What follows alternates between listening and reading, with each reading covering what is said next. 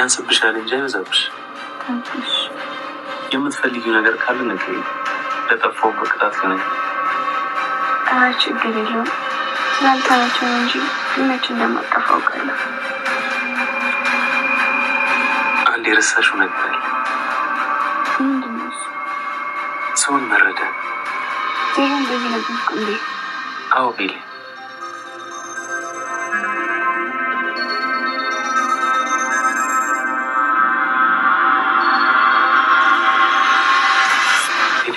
አንዴ መጣሁሽ። ማውራት ያለብኝ ስልክ ስለሆነ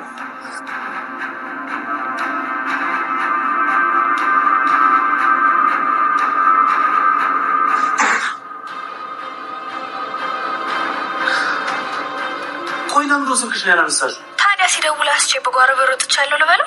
ቆይ አታስብም እንዴ ሙስጠፋ? እሺ አሁን ዋናው ቶሎ ልጅ ከዚህ ቤት መውጣት። ቆይ ግን እንዴት ሊያውቅ ቻለ?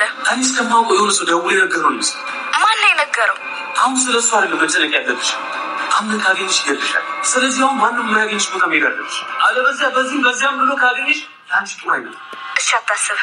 እሱን የሚሄድበትን ቦታ አውቃለሁ። መቼም አያገኘኝም። እኔ ዳግመኛ ወደ እሱ ካልመጣሁ በቃ አሁን ስልኩን መዝጋት ይኖርብኛል። እሺ በቃ ቻው። እራስሽን ጠብቂ።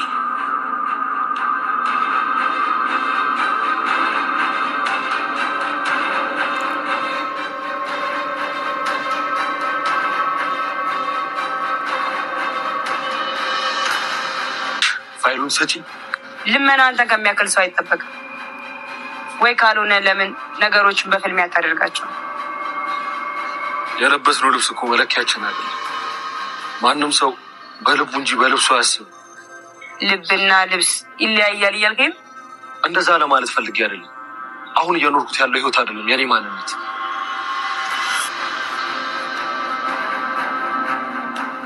አቶ አምነን በድጋሚ እንደምንገናኝ ተስፋ አደርጋለሁ። ካታሊና አልጨረስንም እኮ። ወዴት ነው የምትሄጂው?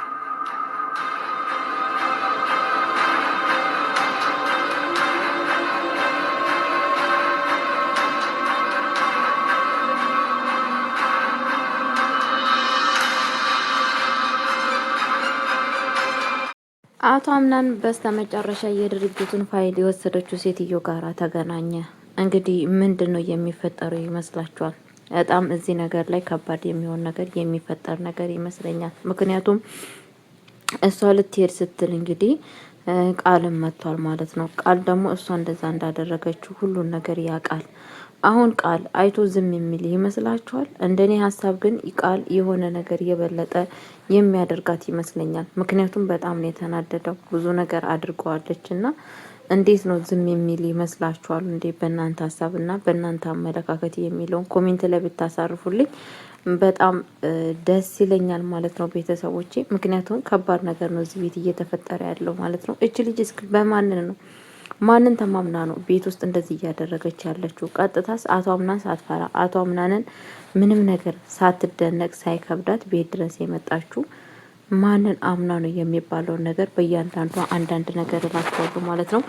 ጄሪ ደግሞ ራሷን በራሷ እያዋረደች እና ራሷን በራሷ ጭራሹኑ እሷ ላይ ትኩረት እንድትደረግ እያደረገች ትገኛለች ማለት ነው። ይሄ ሁላ ነገር ደግሞ የራሷ ጥፋት ነው ማለት ነው እያደረገች ያለችው። በጣም ከባድ ነገር እያደረገች ትገኛለች ማለት ነው። ምክንያቱስ ምንድን ነው ከተባለ እንግዲህ ቤተሰቦቼ እያደረገችው ያለው ነገር ምንድን ነው? ከባድ የሆነው ነገር በጣም አሳሳቢ የሆነው ነገር ምንድን ነው ጋይስዬ?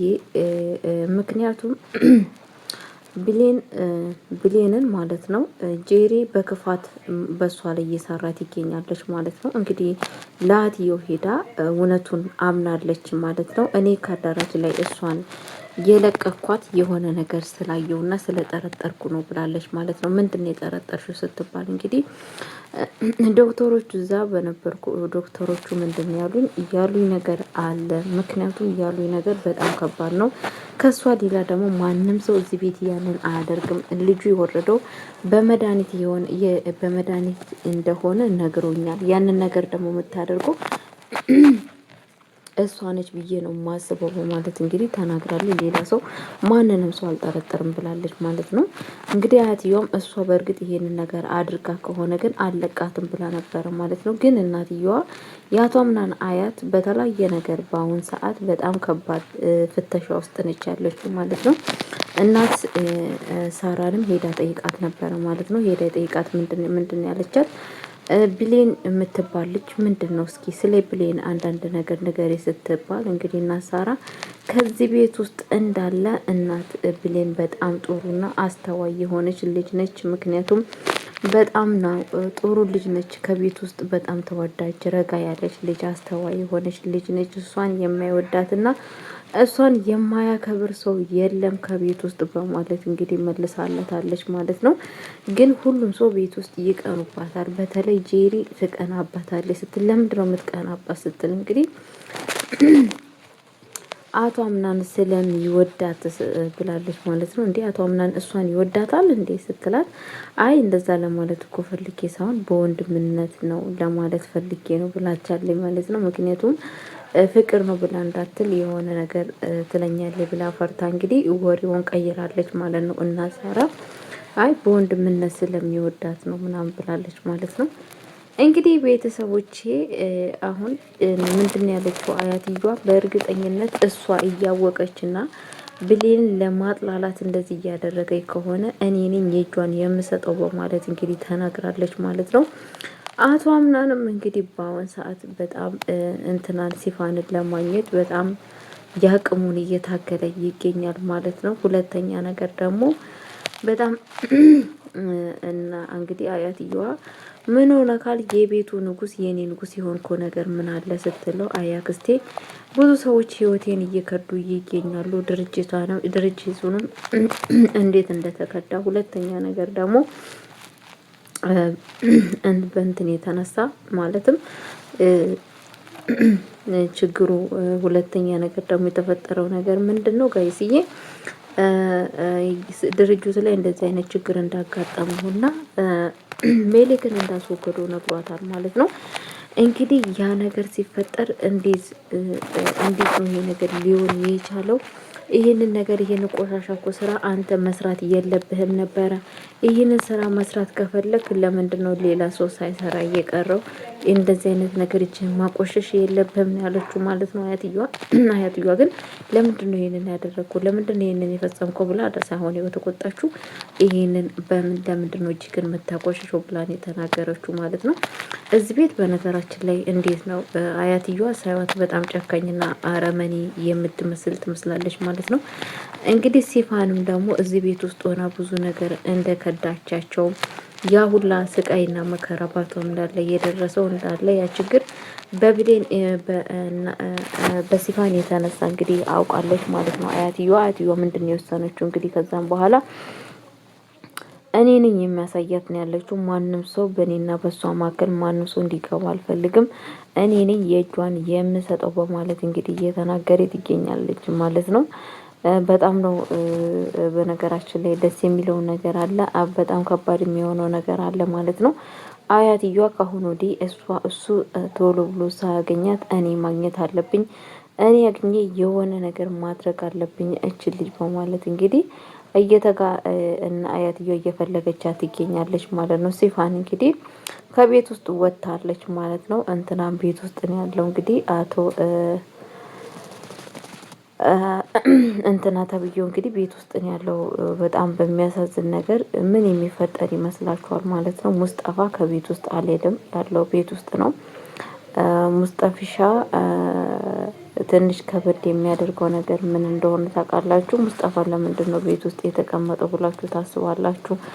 እኔ ግን ሳስበው እኔ እንደራሴ አመለካከት ማለት ነው የሙስጠፋ ቤት ውስጥ መሆን ለአቶ አምናን በጣም ከባድ ነው ብዬ ነው የማስበው። ምክንያቱም እየበለጠ ችግር ያመጣበታል ብዬ ነው የማስበው። እናንተም አስተያየታችሁንና ኮሜንት ላይ ብታሳውቁኝ በጣም ነው ደስ የሚለው ማለት ነው። ሙስጠፋ ካለው ከጥፋቱ ካልተማረ ያው ወደፊት እንደንትና የሚያስብ ከሆነ እንደ አስተሳሰቡ እንደ ሲፋን ከሆነ በጣም ከባድ ነው የሚሆነው ለአቶ አምናን። ግን ደግሞ አስተሳሰቡና አመለካከቱ ጥሩ ሆኖ ወደ መልካም ነገር የሚቀየር ከሆነ አብሮ ይቀጥላሉ ብዬ አስባለሁ ማለት ነው ቤተሰቦቼ። ለማንኛውም እለት በእለቱ እያየን ያለነው ነገር በጣም ነው የእውነት የሚያሳዝነው። ፈጣሪ ልቦና ይስጣት ማለት ነው። ሲፋንም ያው አንዱ በበላው አንዱ ገገማ የሚባለው ነገር አለ። የእውነት በጣም ነው የሚያሳዝነው። ምክንያቱም ምንም ነገር ባላደረገች ምንም ነገር ባልፈጸሙ እነሱን ነው ዋጋ እያስከፈሉ ያሉት ማለት ነው ቤተሰቦቼ። ለማንኛውም የምላችሁ ነገር ለቤት አዲስ ሆናችሁ ላይክና ሼር አድርጉ። በአሁንም እንደዛ እላችኋለሁ። ሁለተኛ ነገር ደግሞ የሚላችሁ ነገር ምንድነው ቤተሰቦቼ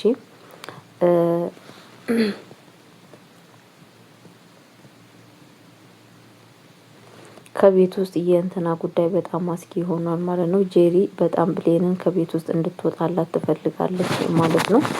ግን ደግሞ የሚሳካላት አይመስልም። ምክንያቱም ብሌን ከቤት ውስጥ በጣም ተወዳጅና በጣም ሁሉም ሰው ትኩረት የሚሰጣት በጣም አስተዋይና በጣም ጥሩ ልጅ እንደሆነች ሁላቸው ምስክርን እየመሰከሩ ይገኛሉ ማለት ነው።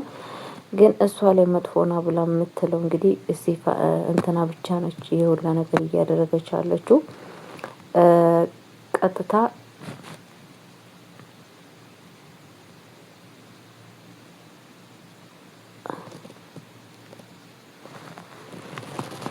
ይሄንን ነገር እሷ ጥሩ አለችም እያለች ያለችው ጄሪ ብቻ ነች እንጂ ሁሉም ሰው ይብን ሲፋን ራሱ በጣም ነበረ። ሲፋን ምንም ነገር በብሌን ላይ እንዲደርስ አትፈልግም።